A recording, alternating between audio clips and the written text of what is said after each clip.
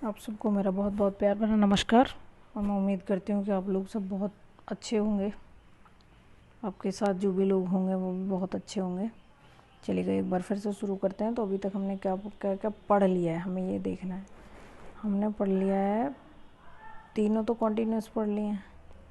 Present का continuous, past का continuous, perfect का प्रेजेंट का कॉन्टीन्यूस, पास्ट का कॉन्टीन्यूस और फ्यूचर का कॉन्टीन्यूस। ठीक, तीनों तो ये पढ़ लिया। उसके बाद हमने क्या पढ़ लिया है? हमने पढ़ लिया प्रेजेंट का परफेक्ट, पास्ट का परफेक्ट, पास्ट का परफेक्ट और पास्ट का सिंपल भी पढ़ लिया। यानी कि अब तक हम इतने ख़त्म कर चुके हैं, 6। ठीक, तो अभी कितने बचे हैं? अभी 6 ही और बचे, है ना। चलिए, तो आज हम पढ़ेंगे क्या? फ्यूचर परफेक्ट, फ्यूचर का परफेक्ट। चलिए, उससे पहले मैं आपको एक बात बता देती हूँ। देखिए, मैंने एक ना इसमें ये डाला हुआ है, मैं आपको दिखाती हूँ। ये है,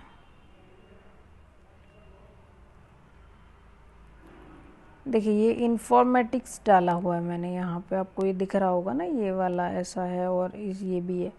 तो ये जो है ना, ये क्या है? जैसे ये ट्रेन की पटरी ऐसे बनी होती है ना, ऐसे ये उसमें बीच बीच में ये इस तरह के स्लीपर लगे होते हैं। ये तो होती है पटरी ट्रेन की, जो होती है ऐसी सीढ़ी टाइप।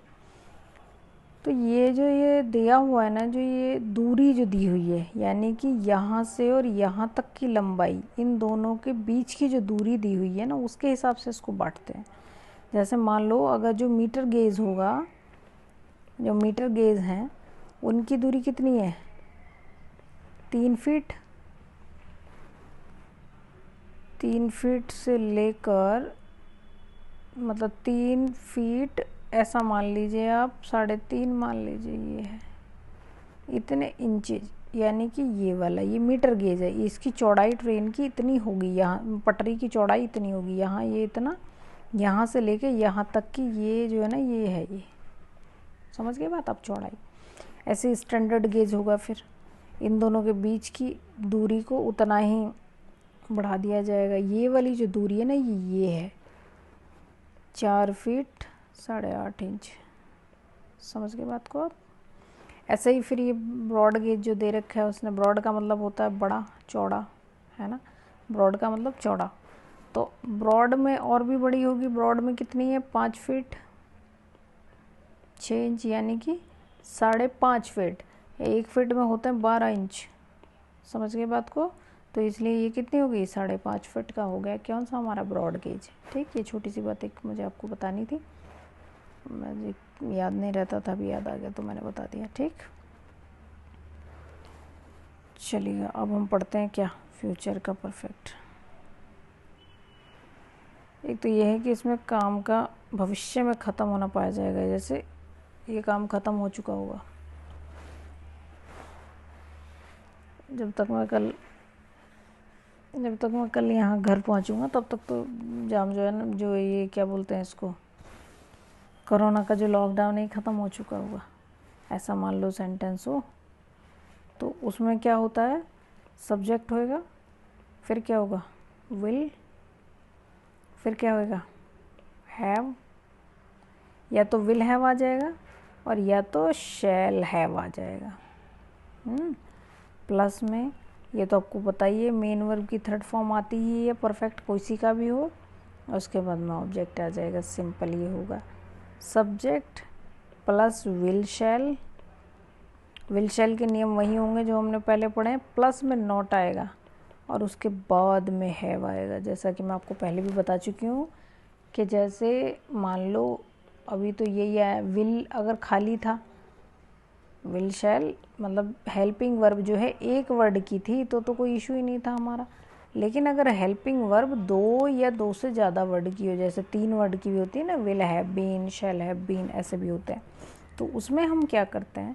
सिंपल में तो कोई दिक्कत आती नहीं, तीनों वर्ड एक साथ लिख जाते हैं, will have been, shall have been. ठीक, लेकिन नेगेटिव और सिंगल इंटरोगेटिव में दिक्कत आती है। तो जब हम नेगेटिव बनाते हैं तो उसमें क्या करते हैं? सिर्फ जो पहला वर्ड है उसका, जैसे ये है will have been, helping verb में ये 3 वर्ड है, मान लो ये 3 वर्ड है। तो अब क्या करेंगे?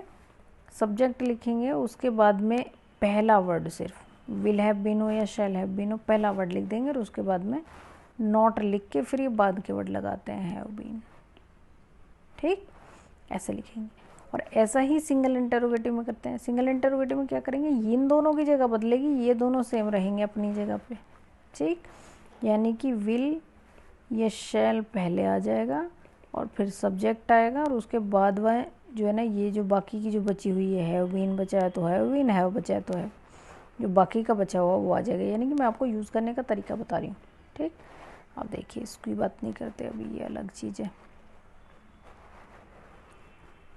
चलिएगा, ठीक है साहब। अब इसका आगे क्या होगा, ये तो हो ही गया। फिर क्या होगा यहाँ पे होगा ये जो है ना, विल या शैल आगे आ जाएगा सिंगल इंटरोगेटिव में, फिर सब्जेक्ट आ जाएगा। अगर हैव है तो नॉट है तो नॉट लगा देंगे, नहीं है तो हैव लगा देंगे खाली, और थर्ड फॉर्म तो आती ही है, और फिर object question mark, WH word लगा देंगे। उसके बाद में विल है, विल या शैल लगा देंगे, फिर सब्जेक्ट लिखेंगे, फिर हैव लिखेंगे, और प्लस में थर्ड फॉर्म तो आएगी ही, ऑब्जेक्ट लिख के इसको ख़त्म कर देंगे। ये इसका फॉर्मेशन हो जाएगा सेंटेंस का। समझ में आई बात, ये है। अच्छा, एक चीज़ तो यहाँ तक तो ये था। आप लोग सेंटेंस वेंटेंस बना रहे नहीं हैं, तो अब इसमें मैं कुछ कर नहीं सकती हूँ आपकी मदद। आपको जैसे ठीक लगे आप करते रहिए, मेरा जो काम है मैं अपना काम करूँगी। ठीक, चलिए।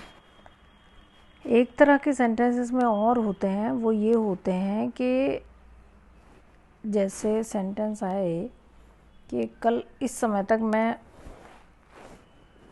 दिल्ली पहुंच जाऊंगा, तो इसके लिए इस समय तक, बाय द टाइम लिखते हैं उसको, इसका मतलब है इस समय तक। ठीक, एक सेंटेंस तो ये हो सकता है कि इस समय तक मैं दिल्ली पहुंच चुका हूँगा, एक तो ये सेंटेंस हो सकता है, तो ये तो सिंपल इसमें बन जाएगा, by the time I will have to reach Delhi, ऐसा हो जाएगा, है ना। लेकिन अगर सेंटेंस ऐसा हो कि जिस समय तक मैं स्टेशन पहुंचूंगा उस समय तक गाड़ी छूट चुकी होगी, जिस समय तक मैं स्टेशन पहुंचूंगा उस समय तक गाड़ी चली गई होगी, यानी कि छूट चुकी होगी। तो ऐसे वाले सेंटेंस में कैसे बनाते हैं, देखिए बाय द टाइम तो जिस समय तक के लिए तो ये हो जाएगा। उसमें क्या करेंगे, आई रीच द स्टेशन, कैसे बनाया, आई रीच द स्टेशन। ठीक, यानी कि किस में बना, अभी आपने सिंपल प्रेजेंट पढ़ा नहीं है ना, तो इसको आप छोड़ दीजिए, नहीं तो दिक्कत होगी, फिर आप यहीं उलझ जाएंगे। इसको रहने दीजिए, आप बाय द टाइम को छोड़िए। जब मैं सारे सेंटेंस पढ़ लूँगी तो एक बार जो बचे हैं, छोटी मोटी चीज़ें जो बची हैं, वो सारा एक बार रिकवर कर दूँगी, ताकि आपको पहले से वो चीज़ें पता चल जाएँ। नहीं तो फिर अब यहीं अटक जाएंगे, फिर मान लगेगा नहीं आपका। ठीक है, इस सेंटेंस में बस यही है, इसमें ज़्यादा कुछ है नहीं, झोल झाल इतना ही है, इतना ही आपको याद रखना है। क्या था, ये था हमारा फ्यूचर परफेक्ट। मेन चीज़ रहती है मेन वर्ब की कौन सी फॉर्म लगेगी और उसमें हेल्पिंग वर्ब क्या आती है और उसकी पहचान क्या, हमें कैसा पता चलेगा कि सेंटेंस किसका है। सिर्फ हमें इतनी चीज़ें याद रखनी होती है, सेंटेंस अपने आप बन जाता है, क्योंकि फॉर्मेशन तो सबकी सेम ही रहती है। समझ गए बात को। चलिए आप ये बनाइएगा, अगर कोई दिक्कत आएगी तो आप मुझे